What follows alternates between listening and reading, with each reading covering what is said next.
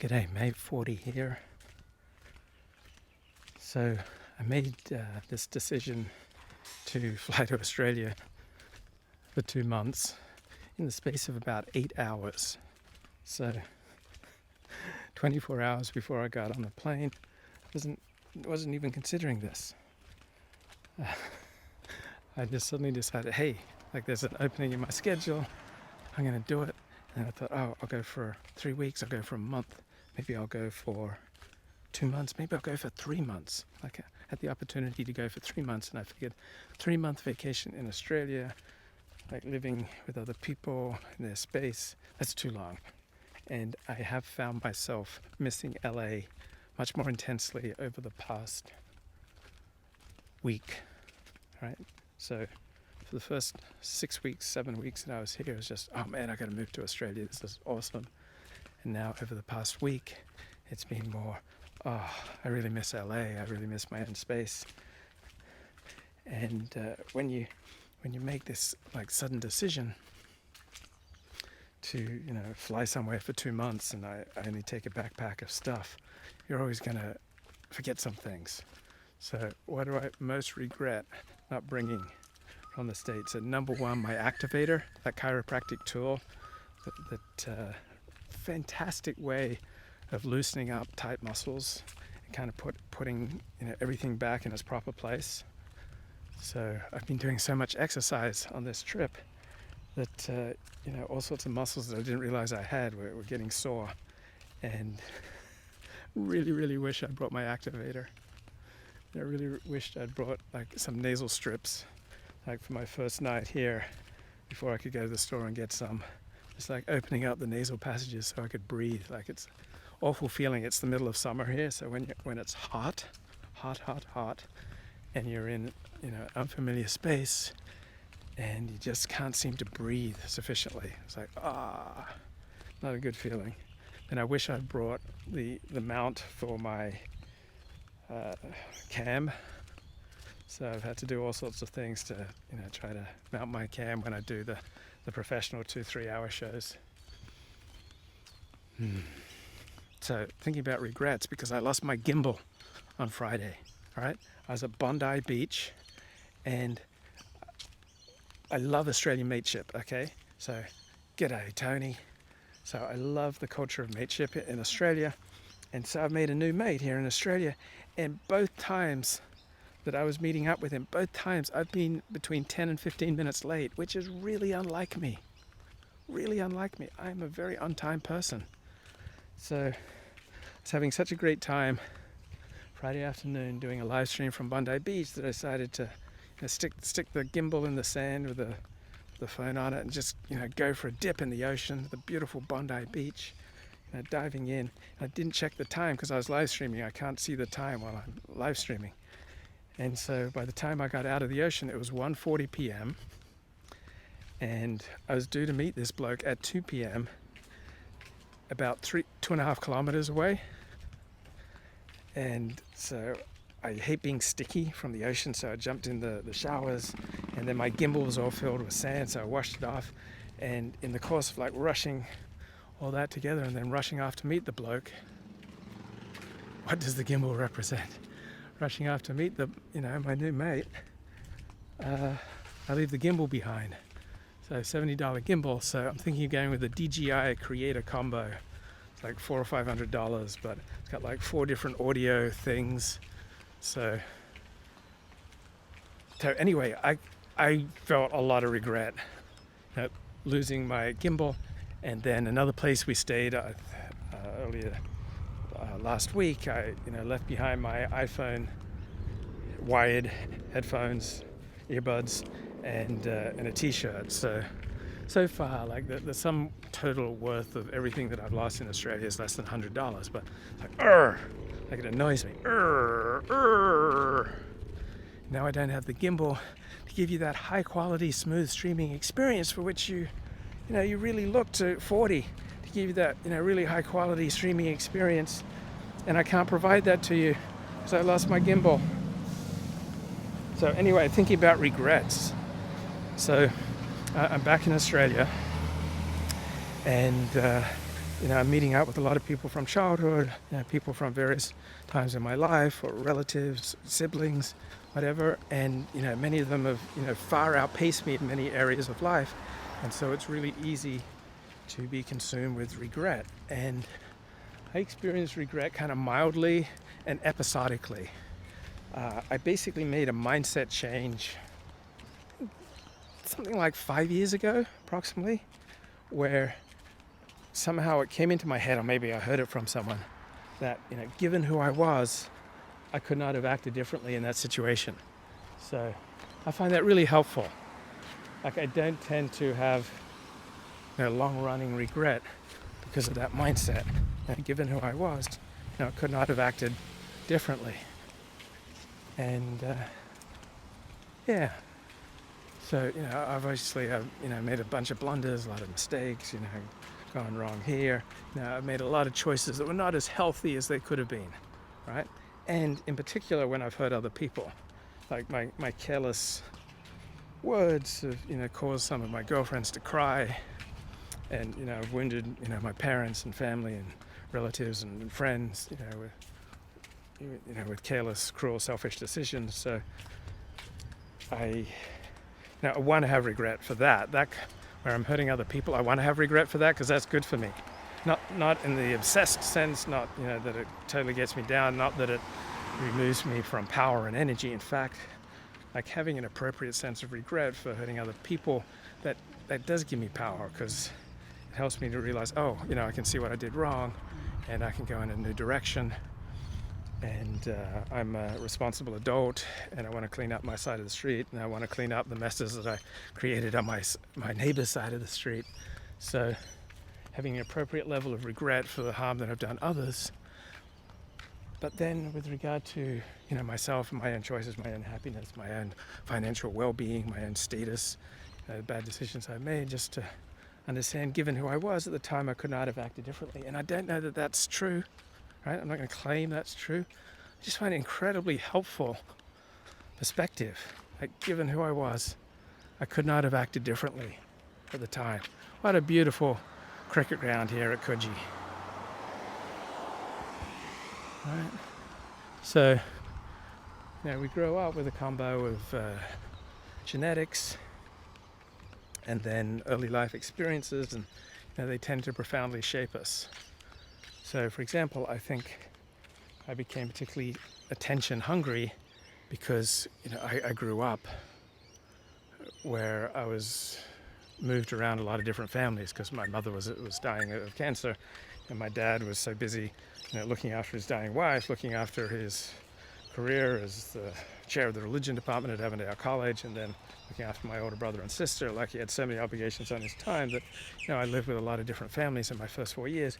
So that, probably produced an insecurity and a thirsting for, attention, a craving for attention, which then manifested in an awful lot of live streaming and blogging. All right. So what I find interesting to meditate on is what is the tension underneath the craving, right? So we can crave chocolate ice cream. Some people crave to exhibit their genitals to people in public, right? There's a crime, but it's also a craving. And other people crave the distraction of TV sports, and other people just crave the distraction of junk food or Netflix. But what's underneath that craving? What's underneath that craving is some kind of tension. All right, there's some part of reality that one is not accepting. Right, that one is not at peace with oneself and with others. Like, I think, I really like the big book perspective that underneath all our suffering and cravings and addictions is that an inability to accept reality. And so when I'm troubled, what part of reality is it that I'm refusing to accept? So refusing to accept that I was careless about time on Friday, that I didn't want to be late 2 times in a row, so then I got distracted and left my gimbal behind at the beach because I'm human and having such a good time live streaming that I forgot the time. So I've been moving around. I've slept in a lot of different places over the past 2 months, and so it's really easy to lose, headphones, lose some clothing.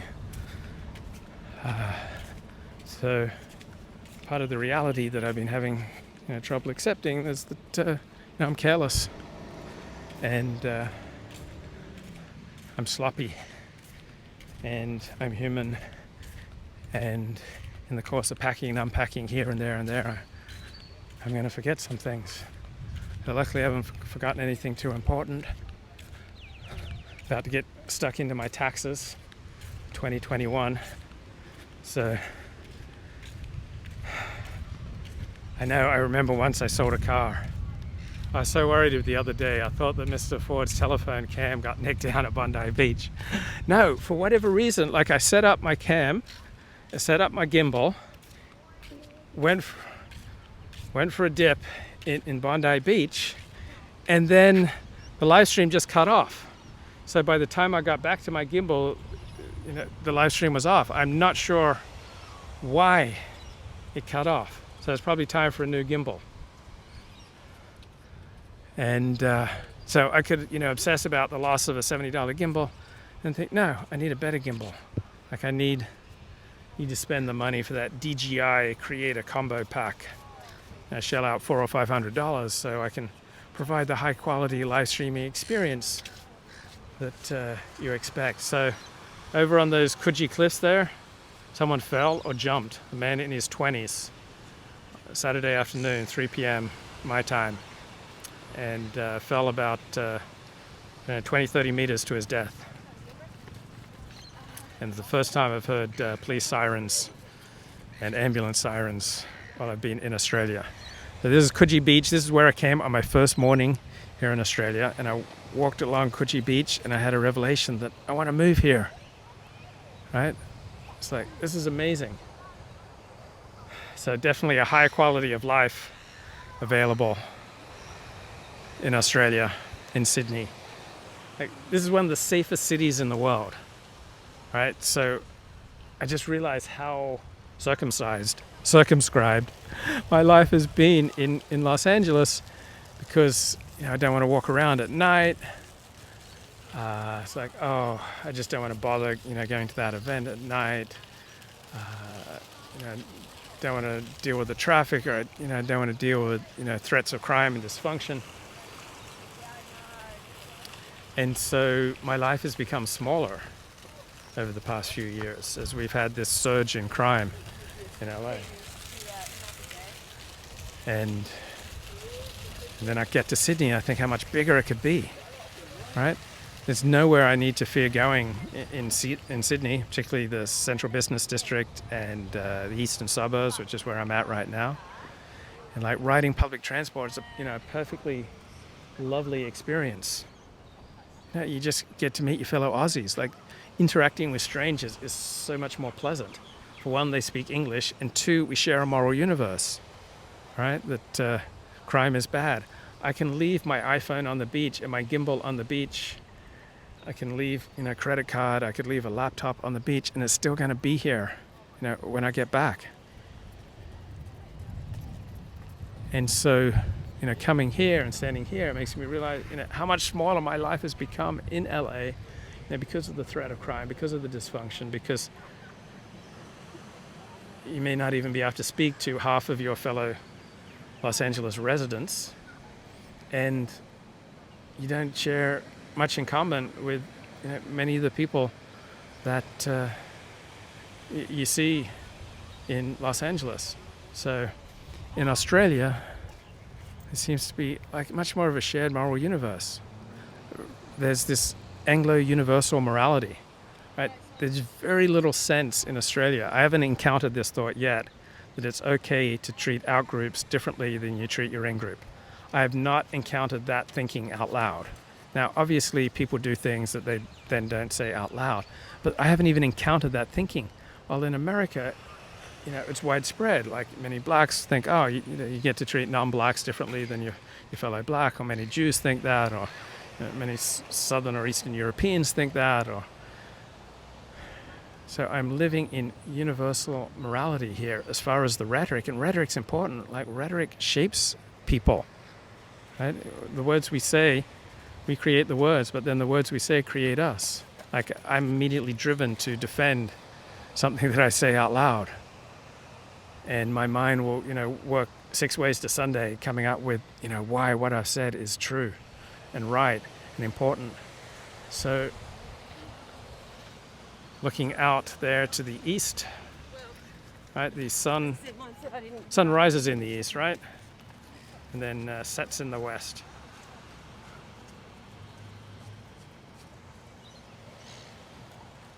So, social cohesion means shared moral universe, which means universalist morality. It's not okay to rip off outsiders. It's not okay to treat outgroups shabbily. It's not okay to treat people badly just because they're not in your in-group. That's one thing I'm enjoying about Australia. Then, kind of realizing what I've missed living in multicultural Los Angeles with such low social cohesion, such low social trust, and very little sense of a shared moral universe. So in any insular group you get into in Los Angeles, pretty much there's the ethic of, what you do to outsiders doesn't matter very much. It's what you do with the in-group that really matters. Oh, mate, I want to go for a swim. What a great way to start the day.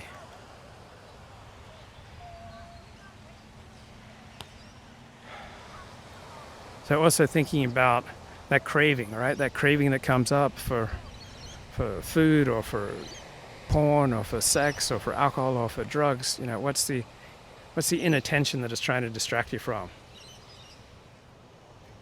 I love that idea.